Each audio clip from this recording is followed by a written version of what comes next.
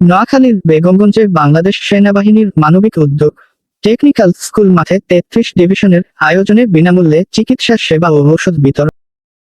আসসালামু আলাইকুম। আমরা ৩৩ পদাতিক ডিভিশনের জিওসি মহোদয় মেজর জেনারেল মোহাম্মদ নাজিমুদ্দৌলা স্যারের তত্ত্বাবধানে মাননীয় সেনাপ্রধান জেনারেল ওয়াকারুজ্জামান স্যারের নির্দেশনায় আমরা দুস্থ ও সাধারণ গরিব জনসাধারণ যারা সাধারণত সহজে চিকিৎসা সেবাটা পায় না, তাদেরকে আমরা সাহায্য করার জন্য আজকে কুমিল্লা থেকে এসেছি।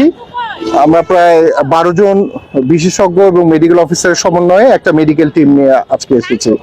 আমাদের এখানে surgical specialist, medicine specialist, orthopaedic surgeon, gynaecologist, তারপর শিশু বিশেষজ্ঞ, হেলথ কেয়ার ম্যানেজমেন্ট স্পেশালিস্ট এবং অন্যান্য মেডিকেল অফিসারদের সমন্বয়ে আমরা একটা টিম করেছি।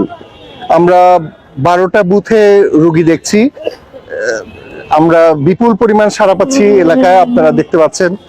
এখনো আমরা সকাল থেকেই রোগী দেখা শুরু করেছি, এখনো 300-400 লোকের দেখা এখনো বাকি, যারা আমাদের সিরিয়াল দিয়েছেন। এখানে শিশুরা আছে, বৃদ্ধরা আছেন, নবজাতক আছে, মারা এসেছেন। আমরা সবাইকে ট্রিটমেন্ট দেওয়ার চেষ্টা করছি এবং সাথে আমরা বিনামূল্যে তাদের প্রয়োজনীয় ওষুধও আমরা নিয়ে এসেছি।